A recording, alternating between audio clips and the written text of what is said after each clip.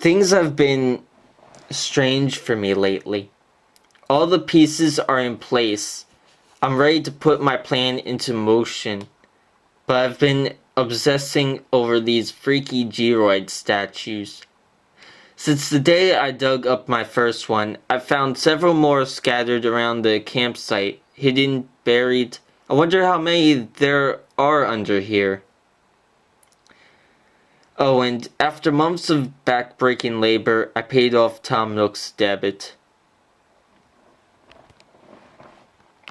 It wasn't the great accomplishment I thought it would be, though nothing surprised me anymore. I went to Nook to get my daily dosage of bitter disappointment to find that he had used his ill-gotten grains to remodel his shop. Welcome, yes, welcome to the grand opening of Nook and Go. Yes, I heard you repaid all of your home loans. Very prompted of you, yes? I knew I could trust you to pay it all off, Billy. But that reminds me. Isn't your current home just a tad cramped? Oh shit, here it comes. We could build you a larger home. It could hold much more furniture, yes? Smaller is cozier. I make a half-hearted attempt to be diplomatic. Oh, Billy. Always the joker,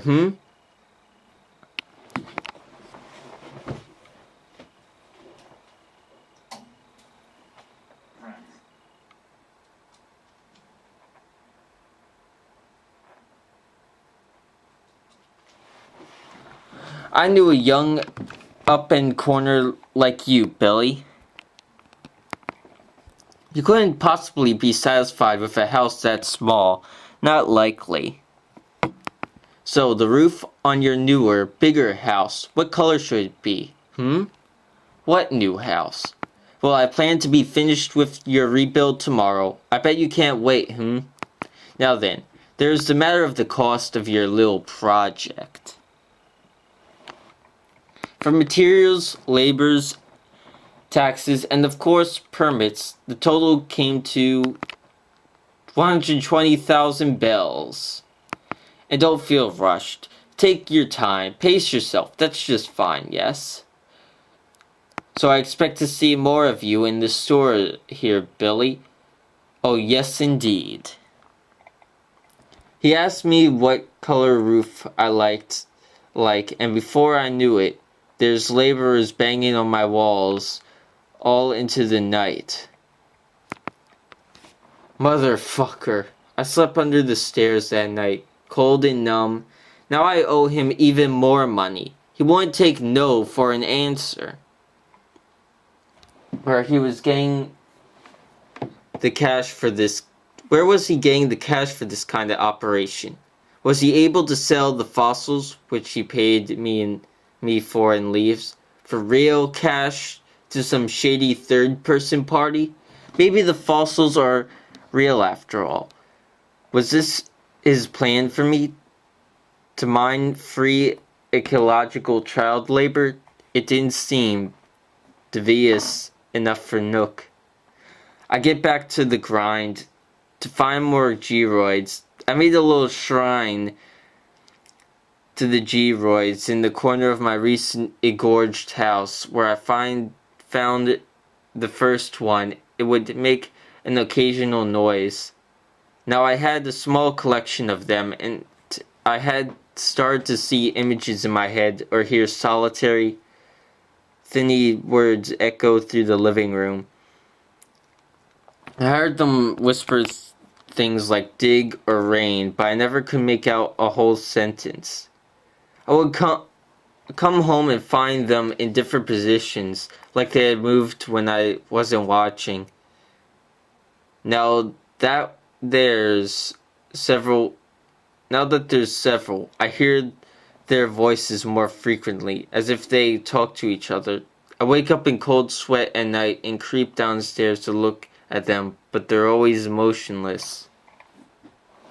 I know there's something really wrong about the Geroids, but whenever I think about throwing them out or destroying them, my stomach ties up like a punch to the gut.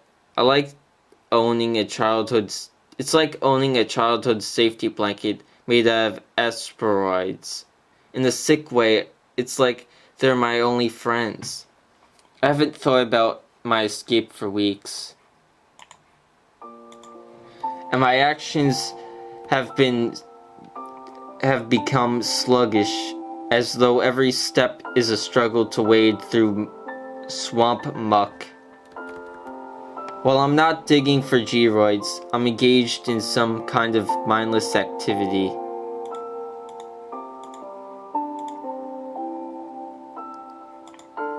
Monday, I spent lazily catching bugs.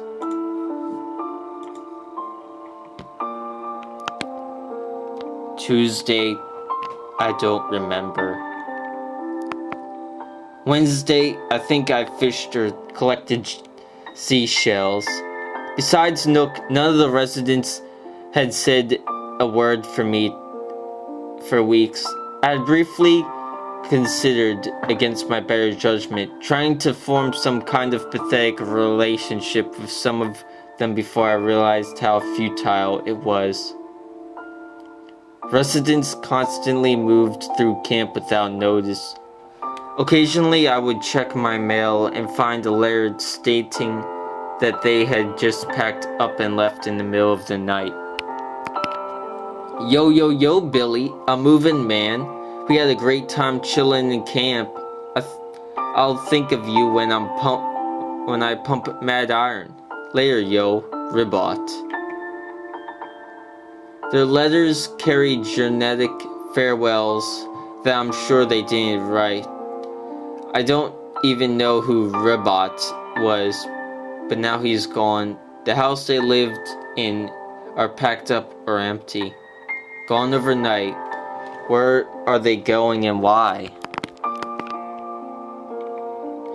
It doesn't matter. The only person in town who ever came close to being sane is a dog that makes an occasional appearance in the museum lounge area. My name is KK Slider. I play my tunes here pretty much every Saturday night. Slider's the only one that doesn't talk like a mental patient. He shows up late Saturday nights to play guitar. Sometimes his songs are the only thing to take me away from this horror, if only for a few minutes. Over time, I've realized that he comes here just to comfort me. Nobody else ever comes to his shows. I think he truly feels pity for me. He always has a troubled look in his eye, like he's playing guitar. Like playing his guitar is his way of apologizing. Sleepy. That's how I felt all the time. Not tired, just sleepy. And that's why I was just laying on the ground that day, watching the clouds roll by and listening to the waves break on the shore. It occurred to me idly that I never saw any birds in this camp. I never heard gulls crying on the beach. I never saw any planes or boats go by. All I ever saw was rolling blue sky and puffy white clouds or tiny packages tied to balloons. Wait, what? What the fuck? The absurdity of this hits me like a bucket of cold water to the face, and I jump to my feet, racing to the spot where the strong, salty breeze was carrying the balloon swiftly past the rock wall of the camp. I scanned for something to throw, anything, grabbed for a handful of rocks and started chucking, just as the balloon was about to breeze past me forever. I made a lucky shot. The hours spent skipping stones paid off, and the package came plummeting down to earth with the faint tinkle of shattered glass. I handled it curiously like a bomb, waiting for some fool to try to defuse it. Pulling out the wrapping paper revealed a busted desk lamp. It's utterly mystifying. Who would set a desk lamp afloat on a balloon from this camp, knowing that if it ever came down, it would be useless? The thought crossed my mind that Nook was just continuing to play his mindfuck games with me, but this didn't feel like Nook. I dug carefully around the empty box to make sure I didn't miss something. I had, in the liking, poked a small white triangle, the corner of an envelope tucked away between the wrapped paper and the box. The front was blank. Without a second thought, I tore it open and read, "Is anyone else out there? If you get this, please help me. I'm trapped here, all alone and scared. From Penny." You've got to be kidding me.